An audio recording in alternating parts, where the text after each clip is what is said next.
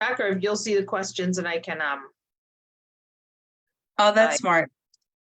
Okay, I think we're now live. Let's see if I can find all the. Are you the one person that has like? I feel like I have all of them. You know, when you, what is it called? Like the fans. What is it called in English? The folders. Yeah.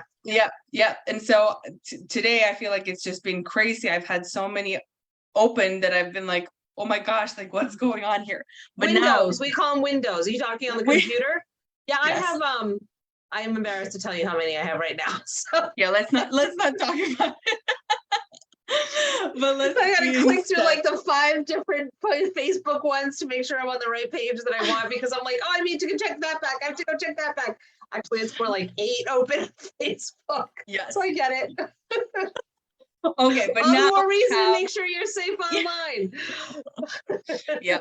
Well, we're going to talk about that, but is that one of the things that is actually going to keep us safe online? I'm wondering, because then I probably would need some help. But let me first introduce you, because now I can see if anyone has questions, they will jump on. And I can see them on my phone, so then we're good, so I can see you here. So hey everyone, this is Natalie. Is it Birth? Like, how would you say your last name? Birth? It's Birth. It's Birth in English. It's pronounced Birth. Yeah. Okay, so this is Natalie, an amazing woman, lighthearted, so fun. I've loved our conversation so far, and she teaches you how to keep yourself, your information, and your business safe online, utilizing or with something called cybersecurity for humans. So of course, working in the online space, this is something that I wanted to bring into this group to talk to just chat about, because I feel like it's something that is not necessarily talked about a lot. So what did I miss that you would add on to that introduction, Natalie? I think that's really fair. I think the misconception, I would say, is that cybersecurity is very technical and is very complicated, and so what they're trying to do is, like, they'll call it security awareness training, it's cybersecurity training. Like, we need to stop making it a scary word. And we all have to be responsible for our own stuff. And it's not as expensive as people think, and it's not as hard as people think. But if you don't know what you don't know, that's, there's not a whole lot you can do, right? Until you're willing to learn about it. And I am here to, prove to people that it's not that complicated, and we don't have a choice. So we might as well learn it. I think so too. And I think one of the things that I really enjoyed when we chatted first was, when I hear cybersecurity with my, background in civil engineering and computer engineering, for me, cybersecurity is like all the different elements that goes into keeping something safe and secure. And I know that I've been reflecting upon it before, like I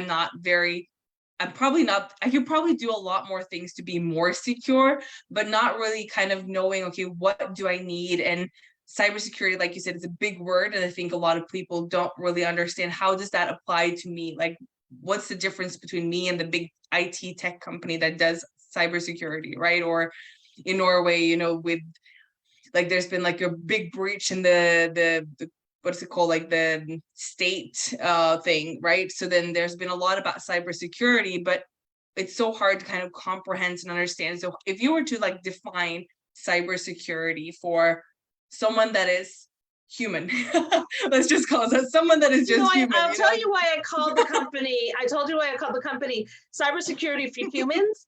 The other alternative was cybersecurity for the rest of us, right? Because the people, both good choices. I thought that was a little cheeky, so I decided to go with humans. But it's like the rest of us. There was so much to unpack with what you just said. But the fact of the matter is that 95% of all breaches are due to what we call the human factor, or the human element, and that is just what somebody has or has not done. And so people are just pouring an insane amount of money into creating programs to try to stop people from doing what people do. But, there's human ingenuity, and I'm not even talking about deliberate ingenuity. I'm talking about things we stumble upon, stuff we do that's just dumb, that we somehow manage to get around those safeguards. It's just what we do as human beings. It's not that we're bad, it's that we're clueless. And so I find it always so interesting that we're spending so much time and money and trying to stop people from doing this, then rather than educating people. And anything that I teach and anything that we learn, just like anything that you teach as well, right? If you look hard enough online and study hard enough, you will figure it out. But like cybersecurity has this whole other language. We don't know what's DDoS, what's DNS, what's SSL, what's this, what's that. And it just sounds foreign, right? It just sounds foreign. It sounds like if you don't speak Greek, it sounds like Greek, right? If you don't speak Chinese, it sounds like Chinese. It's just like it's a different language, it's a different coding, and it doesn't need to be. So how would I define cybersecurity? It's really simple. It's keeping yourself and your digital assets safe online. That's it. Yeah. And your digital assets is your personal information. It's your social media. If you've got a business, it's your website. It's your contacts. It's just anything and frankly, for those of us who store, it's our documents that we store in the cloud or on our computers. It's what we store. That's it. That's it. And I think, it goes down to kind of the simplicity of it. Like, it doesn't have to be that complicated. Like when I did computer engineering, I remember we were creating this small kind of physical component within a computer that we had to program before they kind of like did something that I don't know with it so that it would function the way that we wanted it, right? And I remember being like, and then looking at how to create security around the data because it was sending data out like a chip is probably the best way to describe it. But then, that is one way of looking at cybersecurity or security inside of that. But then it's like, for us, it doesn't have to be that complicated. It's basically, how do you handle the data, the information that is important to you as a human being and to your business in terms of if they, got away, how they would probably have a bad impact on your business, right? Or your life,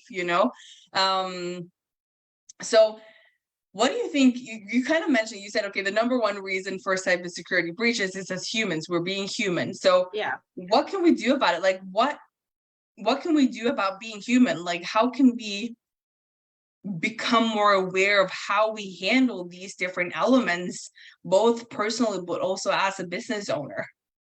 So two initial comments, and I can answer that. The first is that if someone's personally, so actually three, I guess, is that small businesses are 3 times more likely to be targeted than large businesses.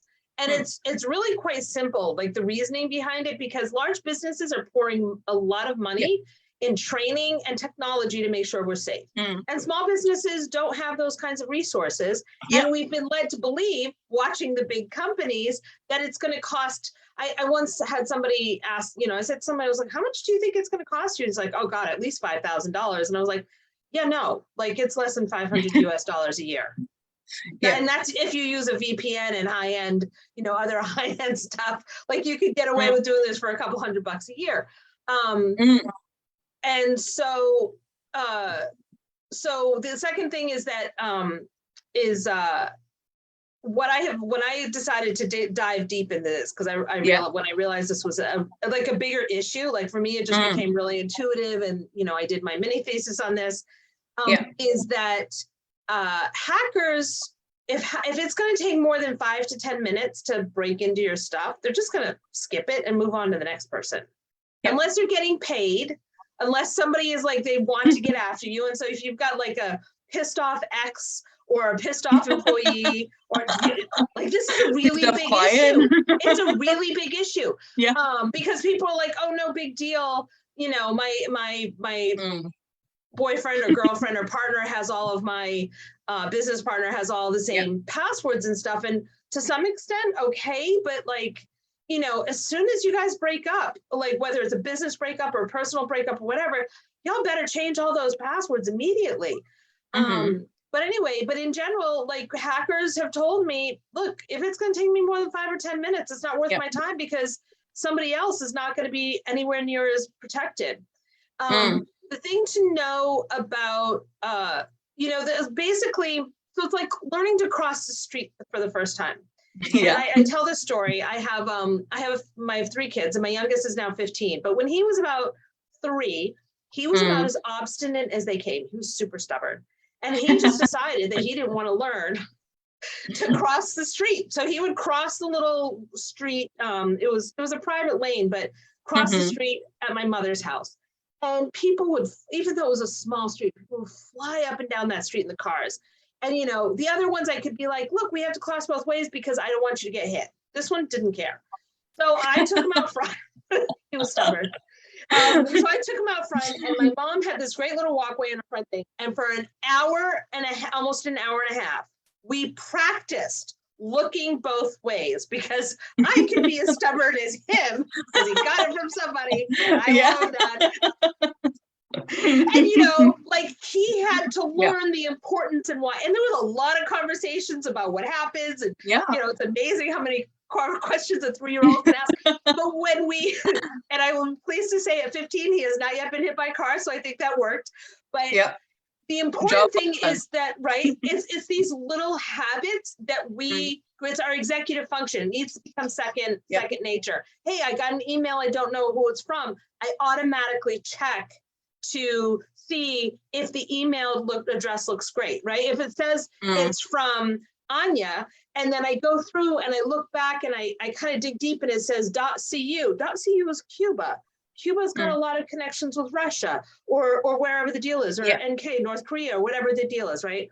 So you automatically start looking at that. Anja, I wasn't expecting a download from you. I will email you and say, hey girl, did you send me this download before I open it, right? Like these are the habits we need to get into no matter what we do.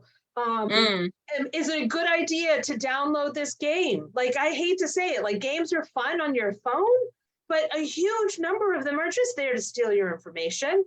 Like, like really bad, just steal your information and send it off to wherever it goes. And, you know, then there's this sort of like, oh, whatever, everybody's stuff is stolen. Well, I spoke to a woman who doesn't realize that her stuff has been hacked. I'm sure of it. And she's, you know, every time she goes to a new bank, somebody wipes out her account. It's not the bank, right? Like it's like if this is happening to you multiple times, there's a leak within your own system. So it can be a huge, especially business owners, huge financial devastation.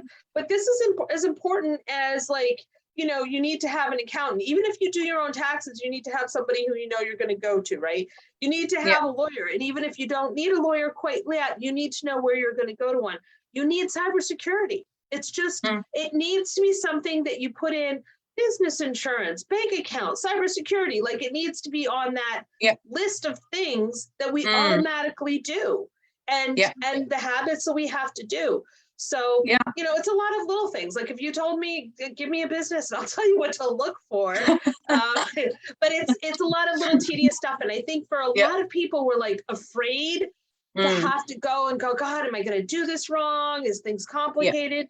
And it doesn't have to be. It doesn't have to be. It's important, but it doesn't have to be complicated. Yeah. And I think a lot of us, you know, whenever it's something extra, and we're not quite ready for it, it's overwhelming, even if it's like the smallest thing. You know, because if I think back, like when I started my business and I went online, like, thank God, first of all, that I went online, because what an amazing place. Right. But then, you know, everything was overwhelming. I was like in 3 groups. And I felt so overwhelmed because there were so many people, there's so much going on. My Facebook was flooded, you know. We get overwhelmed when we add new things into our lives to be aware of, but then it's kind of like, now I'm probably in 100 groups, if not 200 or 300. Not that you should do that if you're listening and you're like, oh, she did that, I'm gonna do that. But you know, I actually regularly delete them all. Like, why am I in this group? Gone. I can't take it.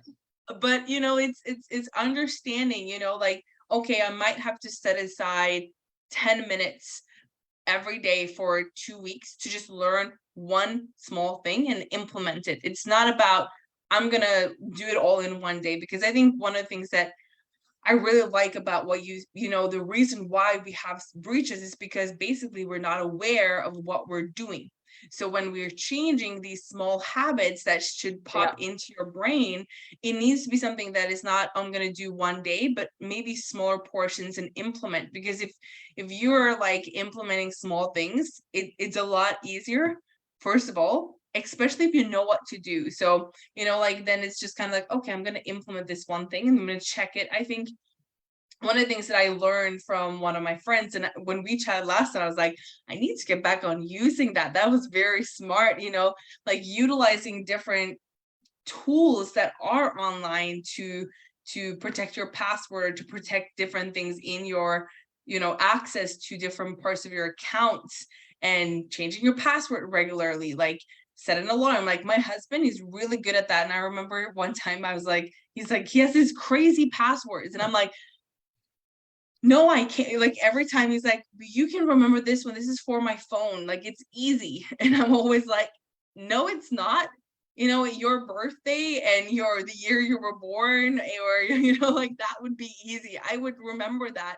But the reason why he doesn't have it is because it's so easy for someone to just, that's the first thing that you test, right? And so actually, it drives me crazy when I see people's name, their email address, and they're like, oh, I'll just put my birthday on it. And I'm going, oh, no. We don't need, like, it's not to say that our information isn't already out there, but why are we making it easy for someone to pull together?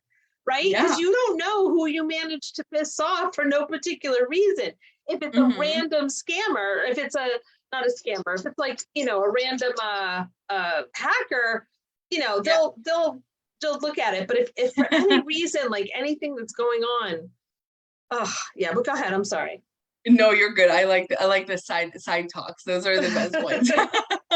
But I think, and even like for me, I'm very aware of security, probably because I've worked with companies that deal with privacy policies, GDPR.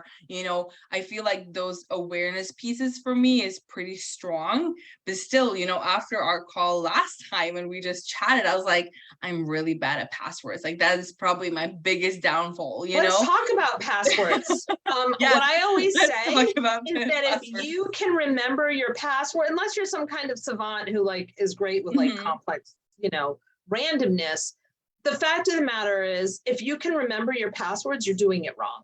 Like, I'm sorry, people disagree with me on this, but and you should be. So it's really funny. I just read recently an article. I actually posted it in several places, but a comment to the article that entrepreneurs, and especially women entrepreneurs, which broke my heart. I was like, no, we're the most judgmental. We won't, 55% would never do business with a brand that's been, has had a breach. And yet 20% of women, which was like 3% more, literally have absolutely no cybersecurity at all. Nothing, nothing, no security scans, no, and I was laughing because it was like, oh yeah, all these 45% of people had improved their passwords so that they're more complex and they meet the quote unquote strong category. But 72% people reuse passwords. So it's like it's great that you have a complex password, but if you're reusing it, like that completely defeats the point. And that's why I advocate things like LastPass or Dashlane or NordLocker or whatever. I happen to use LastPass, but because they can create random passwords, and my passwords are never less than 18 unless the system won't allow it. And I pick a random number. I don't always do 18. Sometimes I do 19. Sometimes I'm feeling like, what's the highest prime number I can find? Oh, I think it's 23 because we're allowed to go to 24 characters, right? So then I'll use 23 characters, and then I let LastPass generate the characters. So please don't ask me what my passwords are because I don't know. That is very interesting because I'm one of those people, and I think it's because I've signed up to so many programs. I have so many accounts in different places. I think that happens when you're in business for a while. And I actually used LastPass for a long time because I had different people come in and out of my company, working with me as team members. And I was like, I don't want to just give them all of the passwords. Smart. And then I also, you know, in LastPass, one of the things that I like, you can hide, so they can still have the access Share but it. not Yeah, they see. share it. And I thought that was genius. And so that was one of the things that I utilized then. But then when we've kind of switched around and I've kind of, you know, got comfortable, now they all knew my passwords. Like it was out in the open. It was like in Asana, like, this is my login for Instagram, this is my login for, and now, like, I switched, I stopped that. You would be proud. I did this, and I was like, I should probably quit that and move the people who are not working with me out of this, so they don't have the, and the reason why that happened, or why I was aware of it, was that one of the big people in the industry that I'd been following for a while, I think she was kicked out of Facebook, then she was kicked out of Instagram. Basically, she had a security breach, like, in her company. Yeah. And I was like, well, if she can have it, she probably has some more things in place than I do. She probably doesn't, actually, clearly. Okay. I actually have a coach who I know she's an 8-figure coach. She's amazing. Yeah. She's like brilliant in what she does. And every email I got from her and her team had my user ID and password, so I could just quickly log in. And finally I was like, am I really, like, I kept seeing this and I was like, and then every time they sent me an email I was getting, and finally I responded and I was like, y'all, you realize what a security violation this is, right? Because you're doing this, that if you decide to forward like a conversation you and I are having on to the next person, now we have multiple people looking at my password. Like, that's not okay. Yeah. And you know, they did finally stop doing it, but it was sort of like, to me, that would be common sense, especially in 2022. And yet, as of July or August or whatever it was apparently not common sense for this team. And I happen to know she also has an almost full-time IT guy making sure stuff is going down. So IT guy didn't do that. You know, he's not picking it up. And that's like little things. It's just little things that you just don't realize. Those third-party apps, I'm actually going to do a Facebook Live on that today, and probably an Instagram Live. Those third-party apps are killer. Huge problems, because they are the ones that are stealing your information. You know, so and they help people hack in, because, you know, this is the big problem with Instagram, is people get their accounts hacked and they don't realize, and I didn't realize this. So when I set up my Cybersecurity for Humans handle, I did it on my phone because it was just quick to do. And then I filled out all the information, but I didn't realize until I went in to go change something that that I didn't actually have a separate password, because it was on my phone. And so I had to go through a whole process to get the right information up. But, you know, that's a really great way to lose your social media. And if you get business through your social media, you're screwed. Yeah, I've had a lot of, like, both friends that has, especially on Instagram. I don't know if there's like been an high, like, last couple years has been like a really big wave, but there's been like even like friends of mine that doesn't have a business. Like, one of my friends, she lost her Instagram account, and she doesn't have a business. It was just for her travels. Like, in my brain I was like, why would someone want to hack that, you know? And so I think, you know, a testament to what you're saying. It's a game. Yeah, it's fun. And I'll tell you what they do. It's about creating social engineering. And now people don't understand what social engineering, but basically it's violating trust. It's a matter of making you trust me because you think of what it is. And so if I've stolen your account and you have, you know, 3,000 followers, because they're all your friends and people you've met along the way, right? And then I can go in and I can, like, read all your DMs and figure out the conversation. And I can start asking other people for money and doing stuff like that, you know, and eventually take over someone else's account. You know, the thing that people have to remember is that, well, there's hackers and scammers, right? They're not always the same. Sometimes they are, but scammers are willing to play the long game is what it comes down to. And so the hacker that's also a scammer will wait. They'll stuff. I actually, somebody friended me I actually went through, I don't accept all, unless I know exactly who you are, I don't accept everybody on my friends right away. And the other day, last week, I went through a bunch of friends. And if I don't know someone and it's not an obvious hacker to me, like a scammer, I will accept the friend, go check out their page. And if it seems okay, I'll let it go.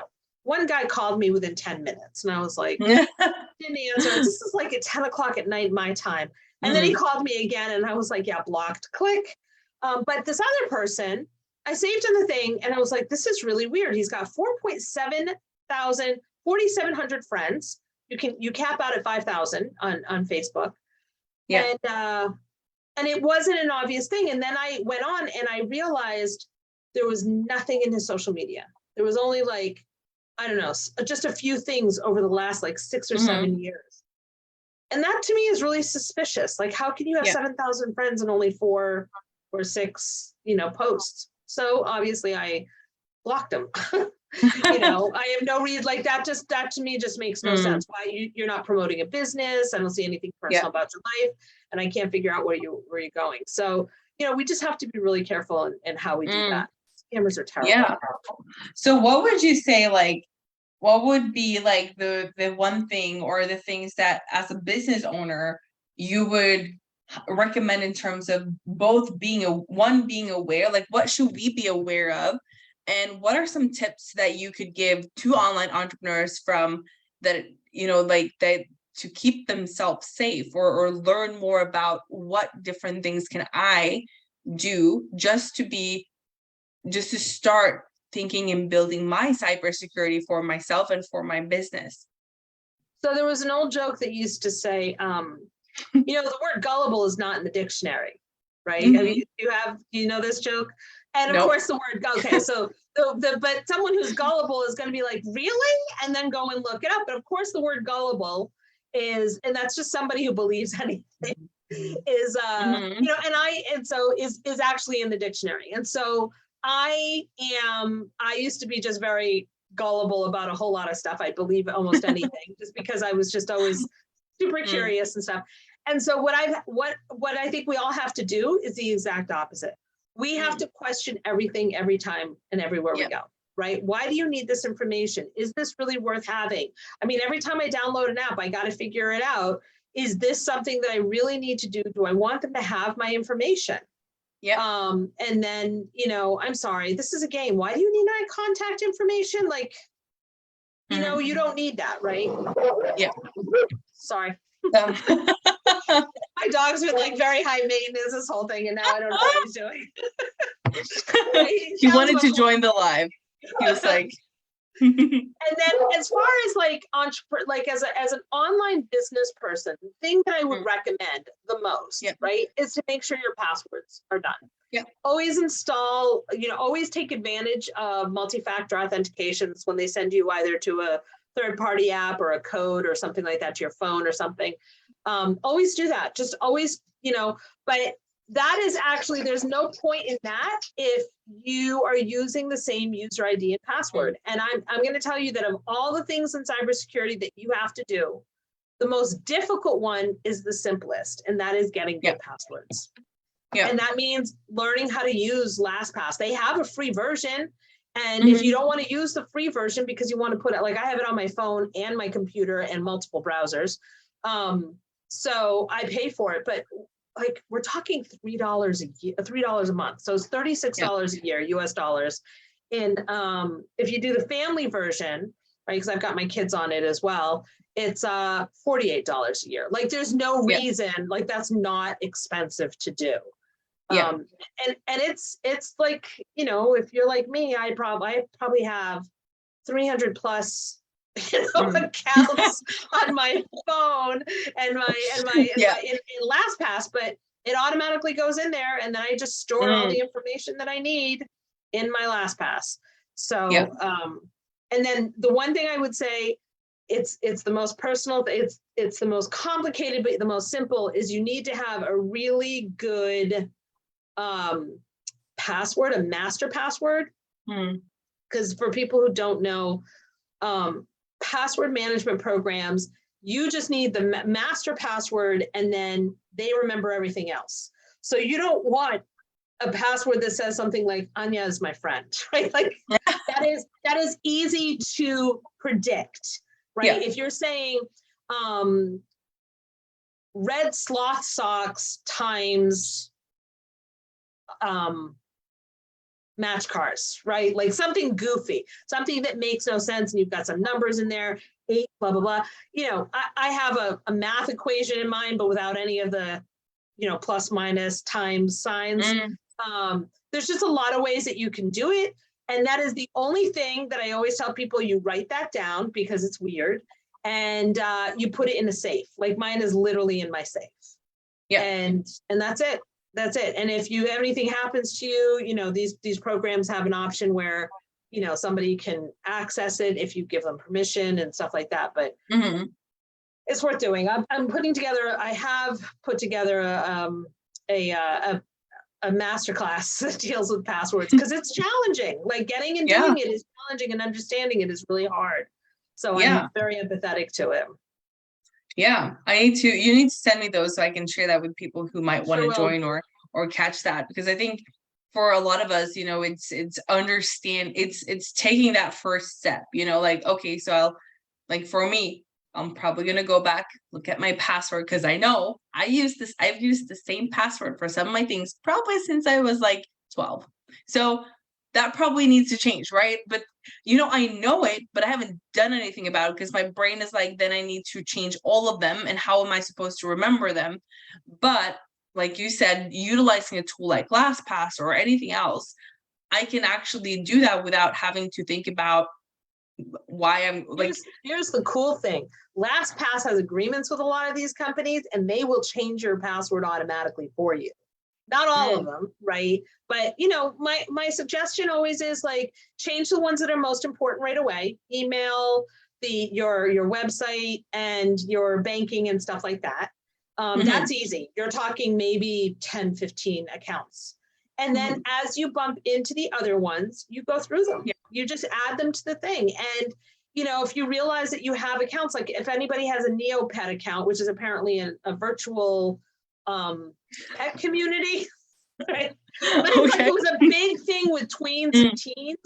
The problem is that they had another breach. They apparently have like 5 breaches in the last 2 years, 69 million user accounts. Close the damn thing, right? Wow. If you're not using it, close the accounts. Yeah. You know, this is a good time to clean up, because as entrepreneurs, we like to collect, and sometimes we need to let go, because you can't move through the morass, the junk, to get to where you need to be. Yeah, it's decluttering your social media and your just, you know, a lot of people talk about decluttering your home, and like one of the things that I found, I like things clean and tidy. So that's not necessarily a big problem for me, but keeping things clean and systematic, sometimes, you know, when you're just, I'm just going to do that, I'm going to create that, and then you're like, you get distracted, or you know, it's a little harder to declutter, because you can hide it in different folders and different things. And so decluttering your social media, the apps, the groups, I've started going through the groups, you know, like, and start to kind of give yourself space to move in the places that you need to move, and not everywhere, I think is really important. And also it kind of keeps you from thinking about all the 200, 300, 400 places you need to go and change your password all the time, because you're online on all these different things, right? Yeah, we all have FOMO, right? Fear of missing out. Yes. And so, but you know, what's happening is we're missing out because we have FOMO. So it's sort of a catch-22. Yeah. And I think a lot of people, or at least for me, I feel like this year, I really understand that, okay, FOMO is literally just my feeling of not, it's nothing that people are going to think about. You know, if I'm not there, people are most likely not going to even, you know, catch that, you know. And we're all worried about ourselves. We really worry. And if somebody is more worried about whether or not you showed up or something, like that's their problem. It's not yours. 100%. I agree. So as we're kind of rounding this up, I see that we've had quite a few people jump on and watch the live, but I haven't gotten any questions yet. But let's give them a minute or so. But if people are like, oh my gosh, I just get overwhelmed thinking about this, I probably need some help putting this in place. How can they get in touch with you? Like, what are some ways that they can work with you on this specifically? Sure. Well, they message here and I'll be sure to jump in, but feel free to DM me. I do check my DMs and Facebook on a regular basis. My website and all of my social handles, I'm really proud of myself, except for YouTube. I'm still waiting. I need to have, I just started YouTube, so we're still waiting. I need to have a certain number of subscribers before they let me do this, but it's Cybersec, CYBER SEC, SEC, the number 4 humans.com. And that's also my social media handle for Instagram, or I haven't done anything with TikTok yet. Facebook, Twitter, even Pinterest. Like it's our board on just like when we find funny little things, but we're starting to post them all on Pinterest rather than all on our various computers, because we keep losing them. And I'm like, somebody might enjoy them. It's kind of a lot of it's like silly, funny jokes and stuff. So those are the best ways to do that. And the way I work with people is I have courses. I do have a course for entrepreneurs right off the bat, and we're getting ready to do a couple more.